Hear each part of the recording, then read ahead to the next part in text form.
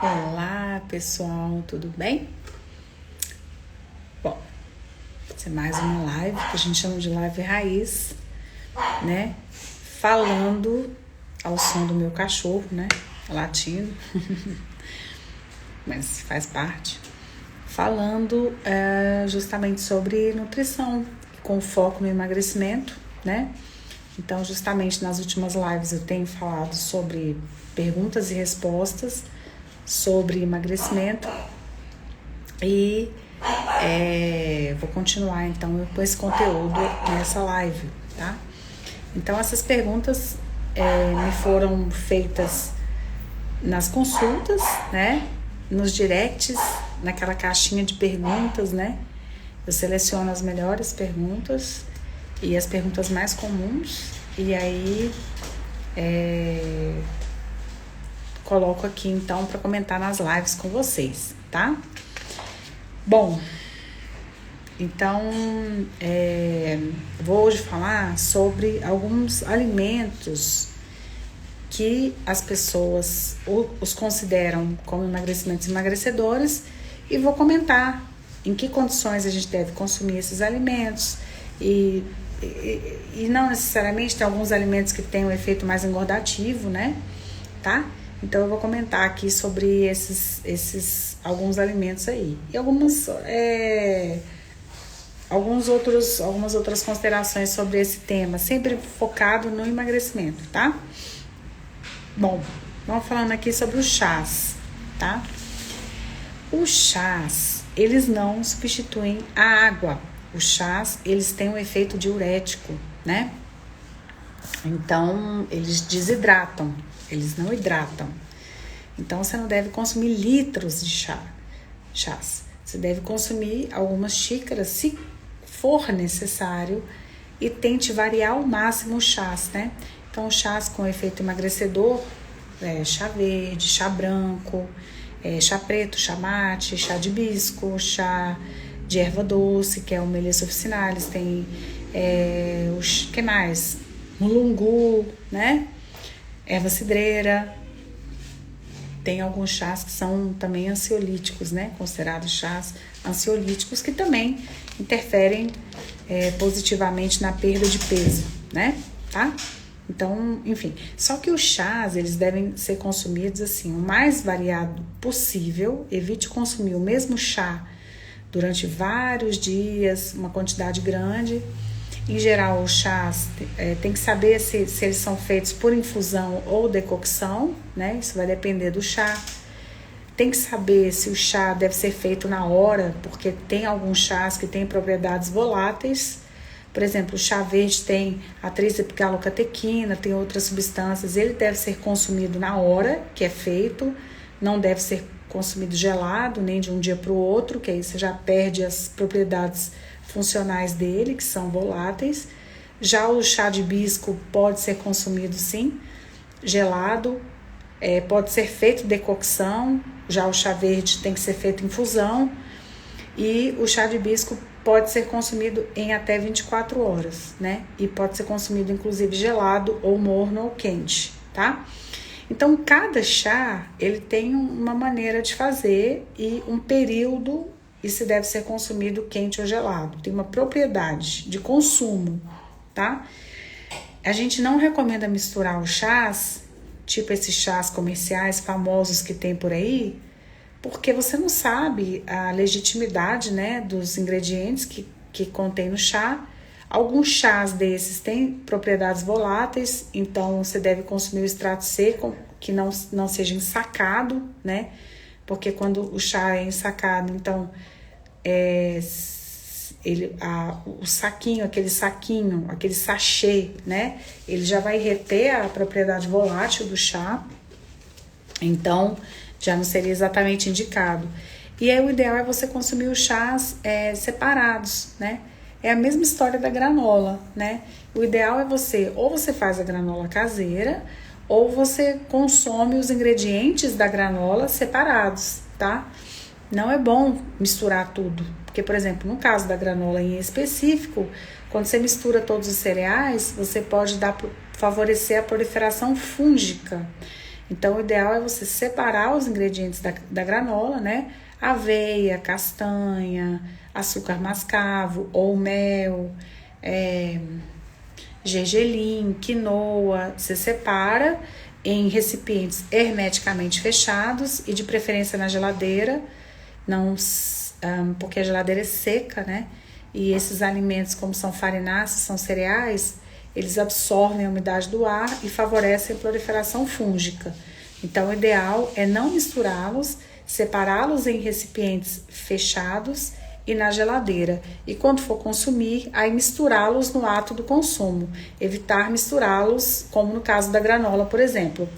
Mas o chá é bom você evitar, porque muitos chás já que foram verificados, né, a legitimidade dos chás mencionados naquele sachê, quando misturados, não procede, né? Tinha até galhos lá, enfim, tinha ali extratos que não eram dos chás que foram mencionados no rótulo, né?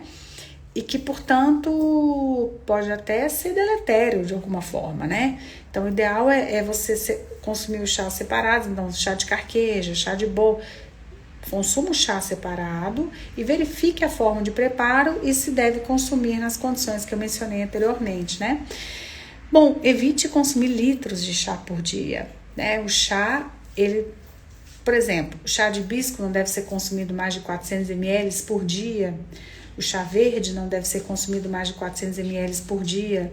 É bom evitar o consumo de 2 chás termogênicos no mesmo dia, né? Exemplo, você de repente pode tomar um chá de mulungu à noite, que ele é mais ansiolítico, ele é mais específico para dormir, um chá de cavalinha, por exemplo, ou um chá de melissa, e consumir o chá de hibisco durante entre as refeições, nunca durante as refeições, ainda tem esse detalhe, durante o período da manhã, até as 4 horas da tarde, tá? Para que os chás termogênicos não influenciem no sono.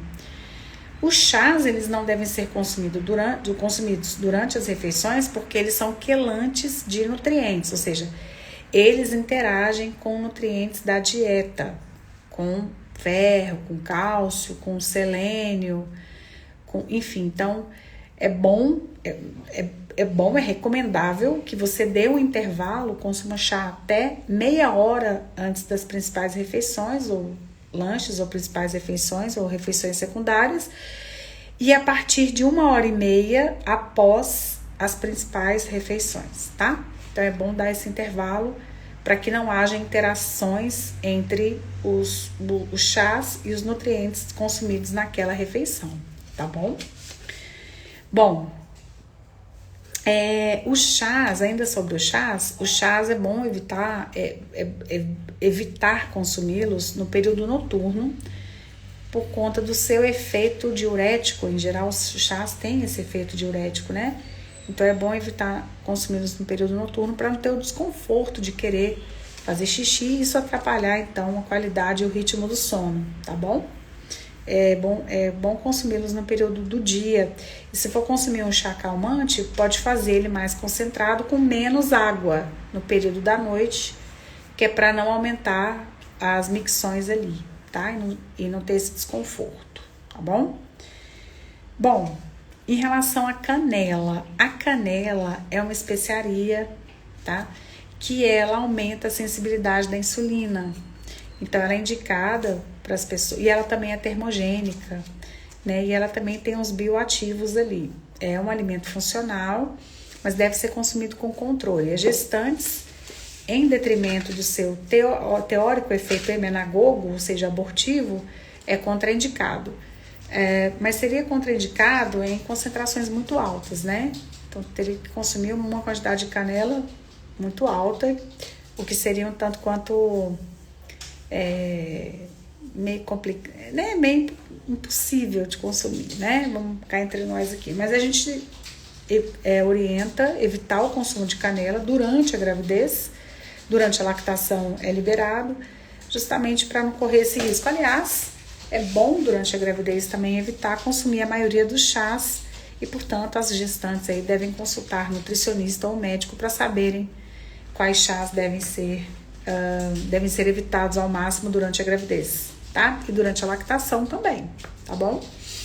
Bom, o fato é que a canela tem esse efeito de aumentar a sensibilidade da insulina e que seria indicada tanto para emagrecer quanto também para quem tem resistência periférica à ação da insulina, quem tem SOP, que é a síndrome do ovário policístico, ou quem tem pré-diabetes ou até mesmo diabetes, tá bom? Mas cuidado para não exagerar, dado o efeito termogênico e dado o efeito de interação entre nutrientes também, tá? O chá de canela é muito bem-vindo, né? A canela, ela combina muito bem com outros chás, né? A canela em pau, inclusive, tá? A canela em lascas, né? Que a gente fala, né? Mas a canela em pó, ela deve ser consumida com controle, tá? Evitar consumir, assim, junto com outro alimento termogênico, tipo gengibre, tipo café, cafeína, né? E tome muito cuidado para você não fazer uma dieta muito termogênica, né? Com muita cafeína, muito gengibre, muita canela, tá? Tentar fazer isso ciclicamente, tá? Para isso não comprometer a absorção de nutrientes, para não gerar o efeito muito excitatório, né? Dado o elevado consumo de alimentos com essa característica. E também para não enjoar e também para não comprometer a qualidade do sono, tá? Em geral, os alimentos considerados termogênicos, eles devem ser consumidos até no máximo às 16 horas da tarde. Isso vale inclusive para o cafezinho. Eu mencionei na live anterior que o recomendável é que esse cafezinho seja consumido, o cafezinho do dia a dia, para quem seja consumido até no máximo às 16 horas, tá bom? Bom, agora vamos falar sobre o grande vilão dos vilões, que é o açúcar, né? O açúcar, que é a sacarose, o açúcar de mesa, isso vale para todos os açúcares, tá bom? Isso vale para açúcar mascavo, açúcar demerara, açúcar de coco, isso vale para açúcar de mesa, né? Que é a sacarose aí que a gente consome. É o grande vilão, né? É o açúcar. O açúcar, ele tem aumenta o risco de câncer quando consumido em excesso, aumenta o risco de diabetes, aumenta o risco de ganho de peso, aniquila a produção de energia celular, compromete o ganho de massa muscular. O açúcar compromete a qualidade do sono, pode aumentar o catabolismo de massa muscular, né? Porque isso é um efeito bioquímico, metabólico do excesso do consumo de açúcar. De uma forma indireta, pode sim, principalmente quando consumido em excesso. E é aquele ciclo vicioso do açúcar, né? Quanto mais se consome, mais a pessoa tende a consumir, e isso vira um grande problema, porque ela não consegue, ela vai ficando cada vez mais açúcar insensível e cada vez mais ela vai tender a deixar os alimentos mais açucarados, mais e mais doce, e vai diminuir a sensibilidade aos outros sabores, como por exemplo amargo e azedo ou salgado. Ela vai ter sempre a predileção pelo doce. Além do que o açúcar, principalmente quando consumido desenfreadamente, aumenta a insulina, faz com que a insulina oscile, aumenta a produção de grelina, que é o hormônio da fome. Então essas pessoas, elas têm uma tendência à fome, aquela fome mais hedônica, e portanto elas vão querer sempre alternar os sabores, né? Ora salgado, ora açucarado, enfim, e cada vez mais açucarado, cada vez mais salgado, e aí ela adquire uma resistência muito grande aos alimentos saudáveis, né? A verduras, frutas e ao sabor natural dos alimentos, né? Naturais. Então ela vai ter sempre predileção pelos alimentos processados. Essa pessoa sempre vai querer aquele alimento que tem um sabor mais acentuado de açúcar, né? Que são os produtos de panificação, que são os doces em geral. Então é o ciclo vicioso do açúcar, né? A gente tem os receptores do açúcar, são os mesmos do adoçante e vice-versa, o sabor doce, e ele não é muito saudável. O ideal é você tentar diminuir ao máximo, tanto a frequência quanto a quantidade, experimentar os alimentos mais naturais, até que isso se torne um hábito automático. No início você vai ter que forçar um pouquinho, mas depois rapidinho o corpo da gente se adapta a tudo. corpo da gente tem uma habilidade incrível de se adaptar às mais diversas situações, aos mais diversos sabores e a um estilo de vida que pode ser tanto ruim quanto muito bom. Basta você querer, né? E você começar. Os primeiros dias ou meses, eles requerem uma disciplina maior, mas é interessante a gente perseverar nesse processo para que você para que isso se torne, para que você automatize isso, se torne um hábito mesmo normal, né? Sem ser forçado. Bom, em relação à suplementação aqui, que é uma dúvida comum de muita gente, em relação à suplementação de vitaminas e minerais, né? Bom, antes de mais nada,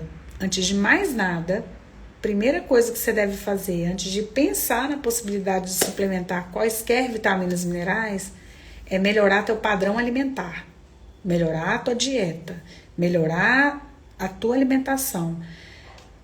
Por 2 motivos. O primeiro é que você vai assimilar bioquimicamente melhor a suplementação. E o segundo é que você vai aproveitar os benefícios, digamos assim, metabólicos e bioquímicos daqueles suplementos, tá? Olha só, essa é a cachorrinha da minha irmã, é a Bela. Eu tô aqui na casa da minha irmã, como eu já falei pra vocês, meu apartamento tá reformando.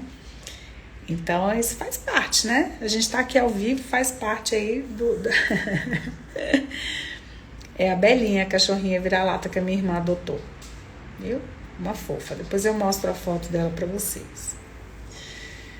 Bom, então é isso. Eu tava falando, até perdi aqui. Peraí. Sim, da suplementação. Então, a suplementação, gente, olha, eu quero consumir cálcio. Bom, primeira coisa eu tô com osteopenia, vou consumir cálcio. Antes de você começar a consumir suplemento de cálcio para ir calcificando tudo, endotélio, coração, enfim, primeiro vamos tentar melhorar o consumo de cálcio. Mas não é exatamente de leite derivados que faz, é o contrário. Leite derivados pode exacerbar uma desbiose já pregressa e pode desfavorecer, inclusive, a absorção intestinal de cálcio. Então, o ideal é melhorar o perfil alimentar de cálcio. Você tem que procurar um nutricionista para você aumentar os níveis de cálcio naturais da dieta. E aí sim, se necessário for, fazer uma suplementação complementar à dieta. Esse é o ponto que eu queria falar. A suplementação, ela vai complementar o que está na dieta, entende? Então, por exemplo, se eu tenho um hemograma normal, meu hemograma é normal, eu não tenho, a minha hemoglobina é normal, mas eu tenho os níveis de ferritina baixos, ou seja, eu tenho aquela considerada pré-anemia, digamos assim, mas não tenho hemoglobina ainda normal, mas porém a reserva de ferro está baixa, não preciso suplementar ferro, porque o ferro, inclusive, aumenta o estresse oxidativo, a suplementação de ferro. O ideal é aumentar os níveis de ferro da dieta. Que tal... Deu uma falhazinha aqui na internet, voltou. Que tal consumir o suco verde de manhã? Que tal consumir beterraba, rúcula, folha verde escura, brócolis, que é riquíssimo em ferro e cálcio também, feijão preto, né? Evita consumir muita carne vermelha, que embora ela seja fonte de ferro, esse ferro não é exatamente biodisponível, dado o risco de desbiose intestinal que a carne vermelha pode causar, tá? Então, antes de pensar numa suplementação de cálcio, de ferro, né? A suplementação de ferro, ela pode até piorar a desbiose, porque os suplementos de ferro, principalmente acima de 100 miligramas, eles exacerbam o quadro de constipação intestinal e, portanto, exacerbam o quadro desbiótico, se existir, e que, portanto, desfavorecem a absorção intestinal de ferro. Então, primariamente, deve-se melhorar o padrão alimentar, deve-se corrigir a desbiose intestinal para depois pensar ou cogitar na possibilidade de suplementação. Isso deve ser feito sob a supervisão de um profissional nutricionista, que ele vai avaliar, dados os exames laboratoriais e dado o padrão alimentar, até onde o suplemento que deve complementar a quantidade que tem na dieta. Então, se a dieta tem, sei lá, 30 miligramas de ferro e eu vou suplementar, o remanescente até a recomendação de UL, eu posso suplementar, tá? Mas, em se tratando do ferro em específico, tem outros nutrientes que participam do metabolismo do ferro. Eu posso ter anemia, por exemplo, por deficiência de cobre. Então, a suplementação, ela não deve ser de ferro isolado. Em geral, a gente combina o ferro com outros nutrientes que participam do metabolismo do ferro e que, portanto, quando deficientes, podem gerar um quadro anêmico ou pré-anêmico. Então, por exemplo, vitamina A entra no metabolismo do ferro, né? Então, a gente deve corrigir primeiro a dieta e depois, se necessário for, complementar o remanescente até a recomendação de suplemento, se necessário for, tá? Outros detalhes também sobre a suplementação, por exemplo, ômega 3, né? Os pacientes que têm gastrite, o ômega 3 causa eructações, que são arrotos, né? Então, tem que primeiro debelar as dores epigástricas, a dispepsia, a gastrite, para depois pensar em tomar o suplemento. Aliás, sobre essa tratativa, sobre gastrite, o ideal é que você debele, né, a gastrite, melhore o seu quadro digestivo, para você não ter o desconforto gástrico da digestão de cápsulas, em geral, de vitaminas, né? E então a gente deve melhorar o trânsito do trato gastrointestinal no que se refere a refluxo, possíveis desconfortos gástricos ou epigástricos, intestino, para você assimilar melhor a absorção daquele nutriente e melhor aproveitá-lo, sem sobrecarregar o seu organismo, sem gerar efeitos colaterais do consumo, como por exemplo a questão do ferro, né, que pode causar estresse oxidativo, e também pode causar desbiose intestinal, intestino preso, né? As fezes ficam bem enegrecidas também, ficam bastante enegrecidas, né? Então isso gera um desconfortozinho aí. Eu lembrei de uma coisa que eu ia falar, eu tava falando disso, aí lembrei de algo que eu ia comentar agora, mas peraí, deixa eu pensar aqui. Ah, sim. Então, a vitamina C, por exemplo, a vitamina C, se consumida arbitrariamente, pode ser um fator de risco, por exemplo, a cálculo renal, né? Aí sai tomando vitamina C de qualquer jeito, consome pouca água. Exemplo, a pessoa consome pouca água, consome creatina, tem uma alimentação horrível, tem uma tendência a cálculo renal, né? O pH está extremamente alterado, aí vai lá e toma vitamina C para melhorar a imunidade, poxa vida, vai fazer efeito contrário, né? Lembrei mesmo. Por exemplo, a vitamina D. A vitamina D injetável não é para todos, porque em alguns pacientes a vitamina D injetável ela pode aumentar o catabolismo de vitamina D, olha que louco. Então tem que avaliar para cada paciente se a vitamina D realmente deve ser injetável, deve ser via oral. Bom, a vitamina D, o sol, ele é meramente profilático, ele é preventivo, ele não vai debelar a deficiência ou insuficiência de vitamina D. Portanto, para muitos pacientes, deve-se recomendar sim a suplementação, dada a insuficiência ou deficiência de vitamina D.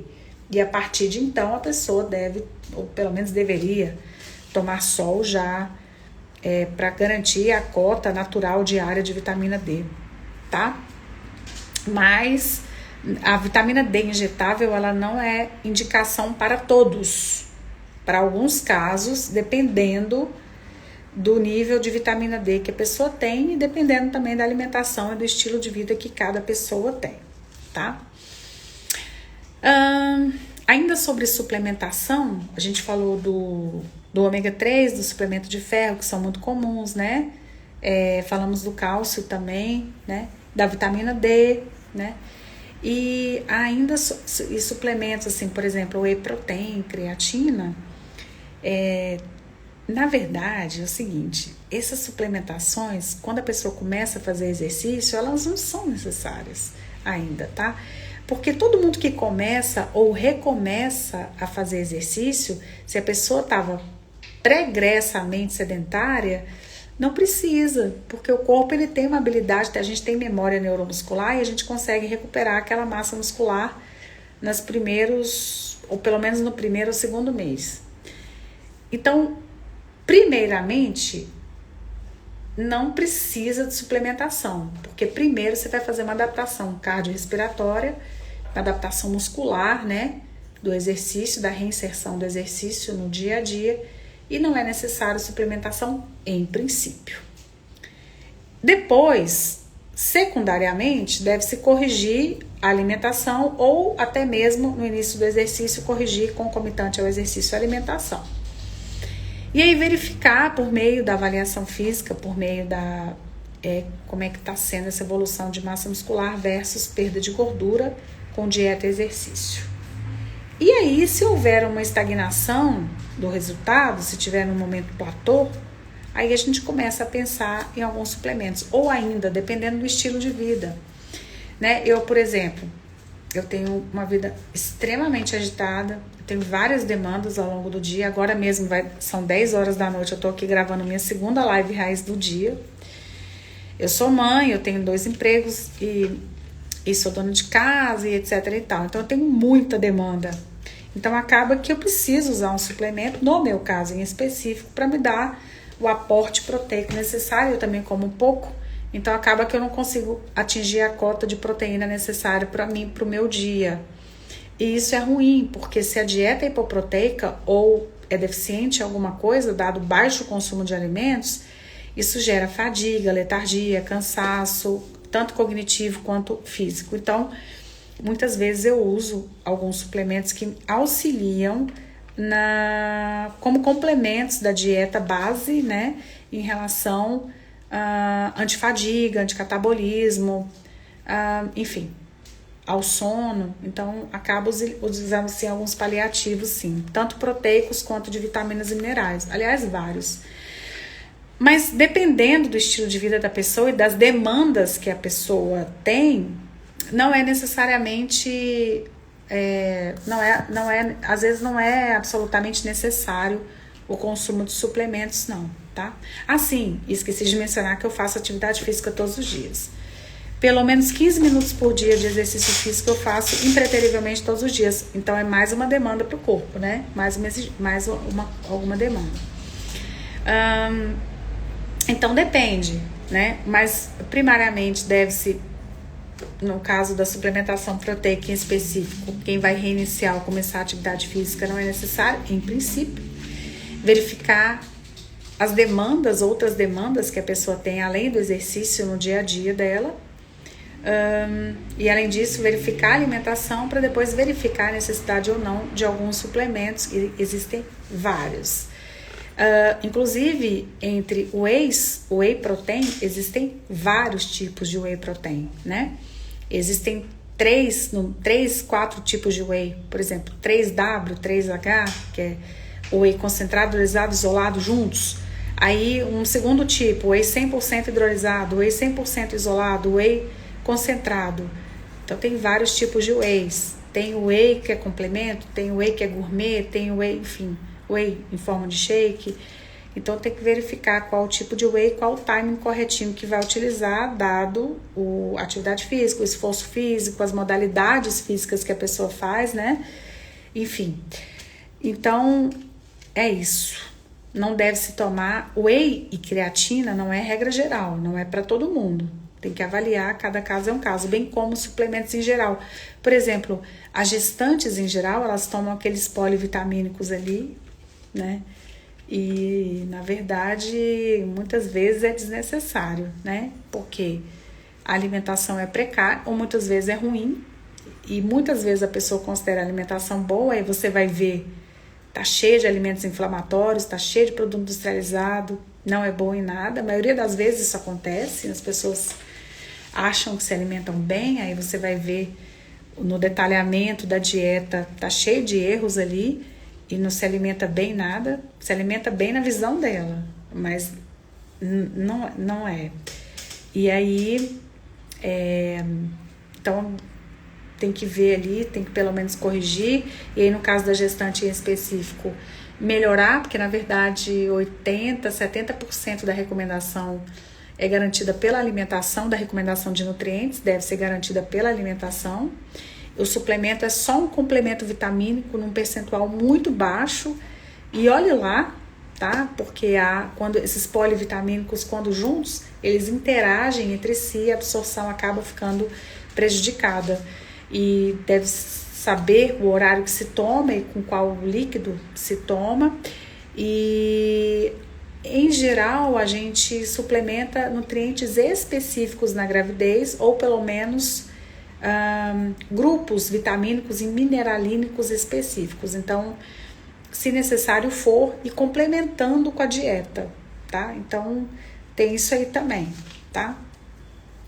E aí tem que ver, no caso das gestantes, por exemplo, em relação à suplementação de ômega 3, qual ômega 3 usar, em que momento utilizar. Depois eu posso até gravar uma live sobre esse tema, né? Tá bom?